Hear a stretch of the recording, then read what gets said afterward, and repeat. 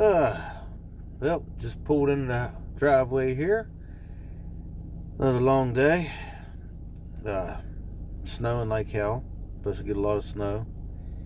So that's nice, you know. But anyway, yeah. Figured I'd make a little video here. I was talking to a guy today about, training and, how often, to hit a body part, all that other stuff. Well, what I've found out through the years is when you first start, you're going to grow no matter what. You could do a lot of things wrong, still make gains. But once you get a couple years under your belt there, you got to have some type of program. I mean, you should have some type of program to begin with. You don't want to just go in and wing it, trainer-wise. Basically, full body workouts are fine. Steve Reeves, one of the, I don't know if you guys ever heard of him, but he was before Arnold and all those guys. I mean, he did full body workouts 3 days a week. 2.5 hour workouts. Took a day off rest in between. I have done workouts like that. The problem I believe you'll run into with workouts like that is you're going to run out of steam. The stronger you get, the bigger you get, well, the more intense the workouts are going to get. So, I mean, when you're a beginner, you're not that strong. You're gonna fizzle out. Especially you keep training, getting stronger. I mean, it's pretty tough. There's a million different splits out there. You got the bro split. You hit one muscle a week, do a million sets, whatever. I mean, and on the other end, you got, HIIT training. I did a lot of HIIT training, and I still do. Dorian Yates type style training, Mike Mester, Arthur Jones, Casey Viator, it all come from the person who originated that is Arthur Jones. He came up with that. Guy invented the Nautilus equipment back in the day. Then there was Casey Viator, Mike Mester, went to Dorian Yates, and it's good. It's a good style of training, yeah, and it works. And I did it on forever. I feel that certain body parts on me didn't. I feel that they recovered, a little quick, and it just seems for me hitting a body part once a week, doing 20 sets for the body part, and letting it rest an entire week seems to be too long, man. I mean, too long. Or if you're doing Dorian Yates type style training, hitting a body part and training it with negatives, force reps, and everything, and then waiting an entire week to hit it again, I think it's too long. Certain body parts, maybe not. Legs, possibly. Back, maybe. Chest, I don't think. Chest, nah. Shoulders, no. Arms, no. I mean, I hit my biceps, man. I don't think I need a whole week for them to recover. It's a small muscle. They heal pretty fast. I mean, I'm just talking for me, from experience, for myself. And I'm older. I'm 55, and I if I did it now, I mean, 3 days, man, my biceps ready to hit again. 2 days sometimes, and that's crushing it too. I mean, that's doing either whatever. If I'm doing HIIT style or if I'm doing volume. I mean, it's just, I don't know. I always do HIIT style pretty much with back. I've always just warmed up, did a couple sets, warm up, do my main set to failure, and that's it. For my back, I always did it like that. I just don't see the point.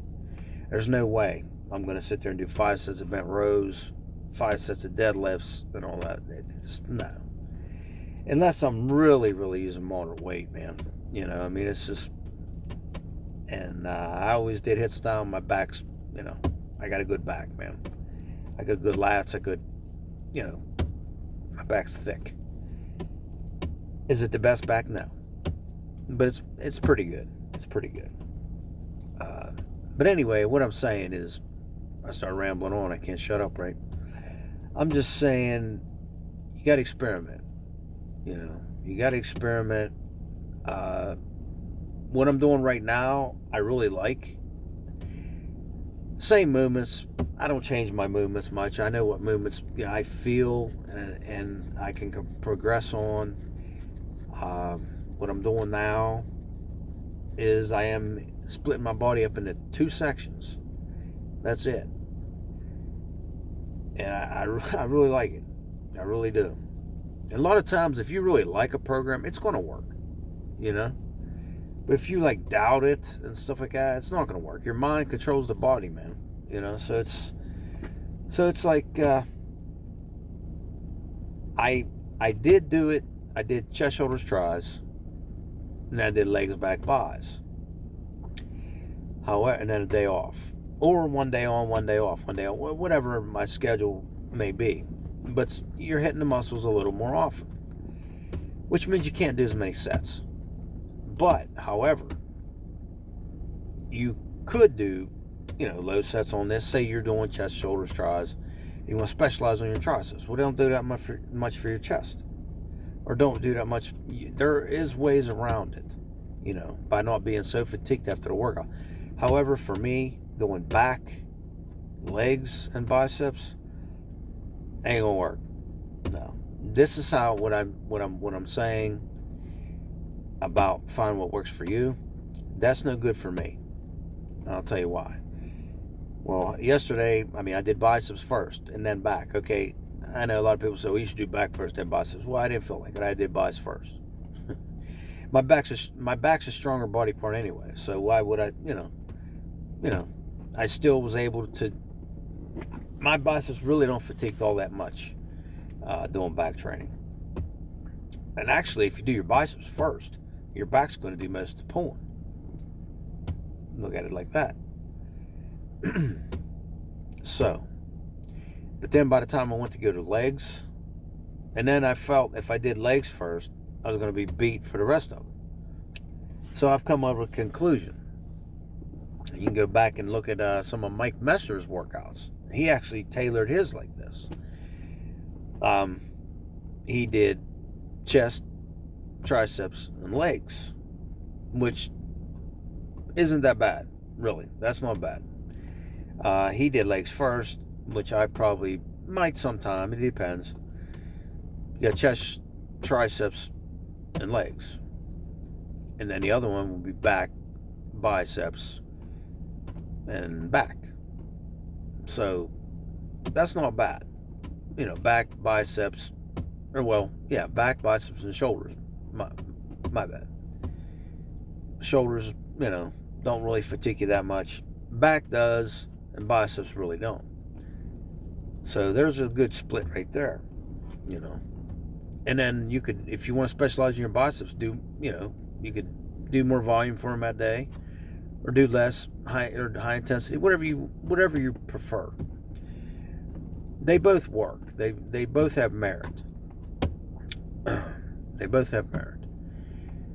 So, you know, 2 days on, 1 day off. I like that because by the third day, I'm dead. I don't want to do nothing. I don't want to lift.